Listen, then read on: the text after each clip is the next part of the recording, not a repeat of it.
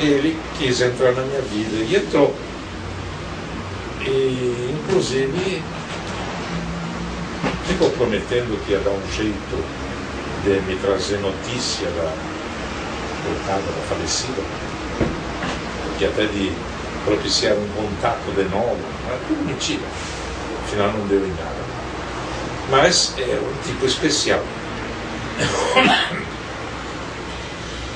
Assim que, mais uma coisinha para acrescentar, nunca disse isso em público, mas vou dizer. Eu praticamente aconteceu o que aconteceu com a minha vida, porque de 1980 a 89 eu sofri uma mutação fantástica em termos de ufologia. Foi em 1980 a 89. Justo antes do acidente antes do acidente da minha filha. Ou seja, aí começaram a entrar influências estranhas. Estranhas que me obrigavam a escrever e me faziam revelações políticas e ufológicas fantásticas. E eu, naturalmente, não tomava nota. Quando você fala dessas influências que faziam revelações, você se refere que você chegava às evidências e você interpretava, ou você... ou eram ilusões. Ou eram... você percebia ideias que não eram suas. Eu percebia ideias que não eram minhas, claramente, a ponto de elas me deixarem perturbado. Talvez como uma forma de telepatia?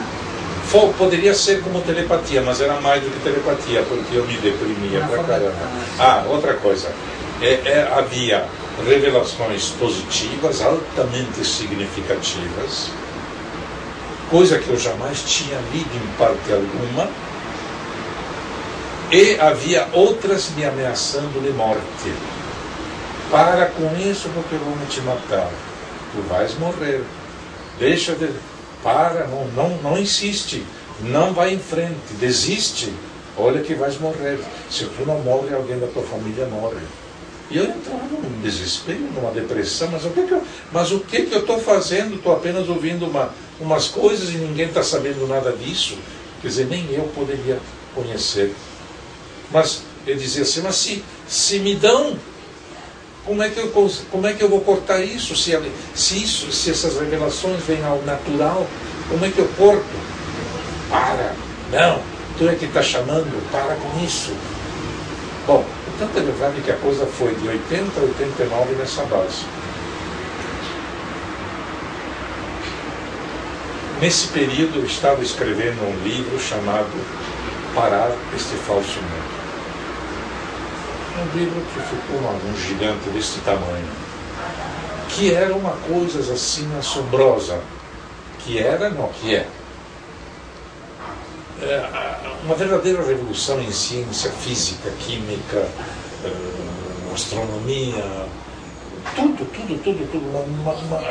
a revolução científica mais extraordinária que se podia ter tido conhecimento, eu estava escrevendo, baseado num autor budista antigo chamado Nagarjuna.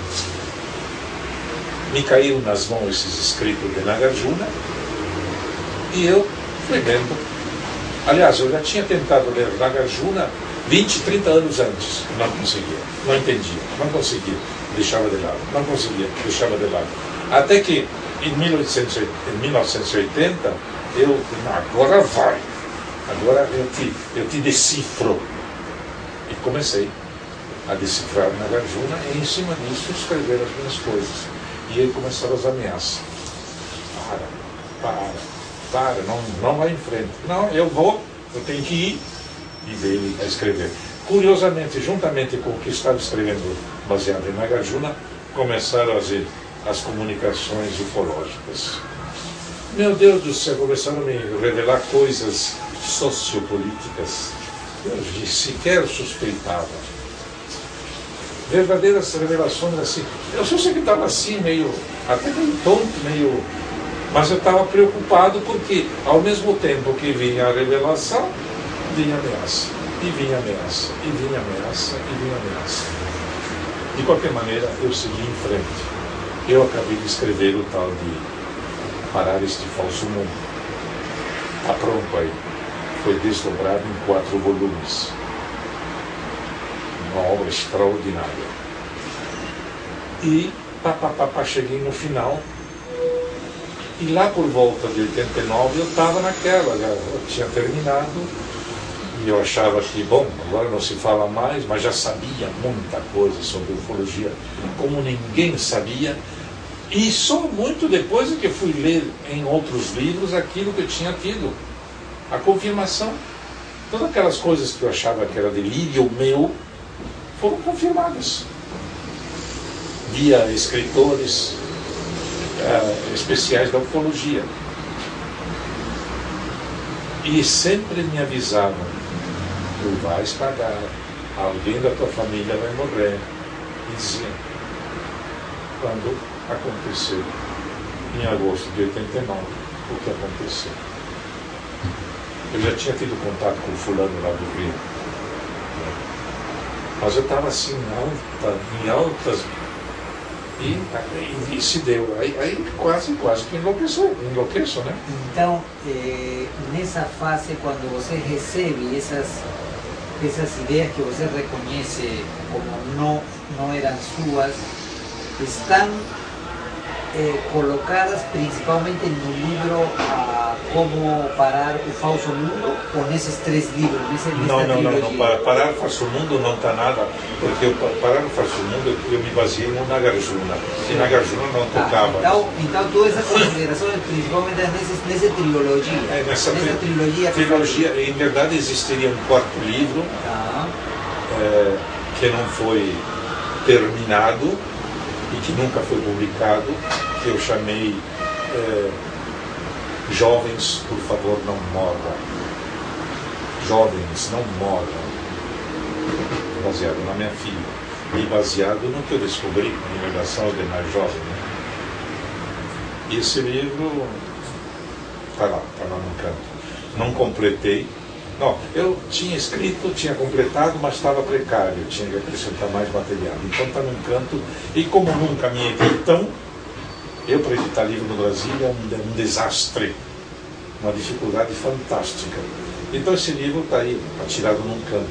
Então ao todo seriam 4 livros, 3 publicados, e nesse 4 eu conto um detalhe, o que aconteceu com a minha filha, o que aconteceu depois, o que eu tentei fazer, e que não deu em nada.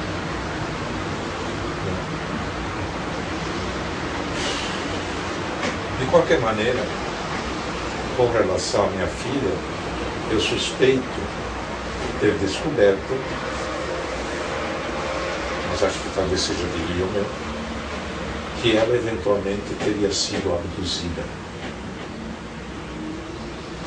E no lugar do desastre puseram um clone. Mas isso mas a sua teoria, por dizer, sobre o seu pessoal, eu poderia até citar algumas referências de outras pessoas contactadas, de outras pessoas chamadas contactados, que recebem mensagem e têm tido a oportunidade de entrar em contato físico, né?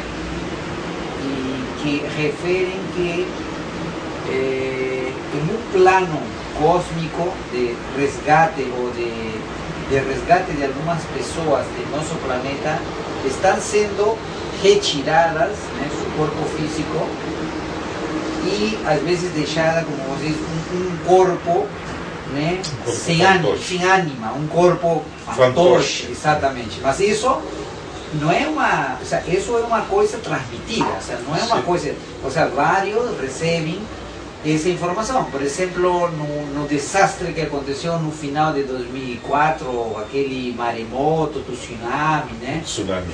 E além de terremotos, né, onde naves ovnis foram observados previos días del terremoto, recientemente o ano passado em Lima e etc.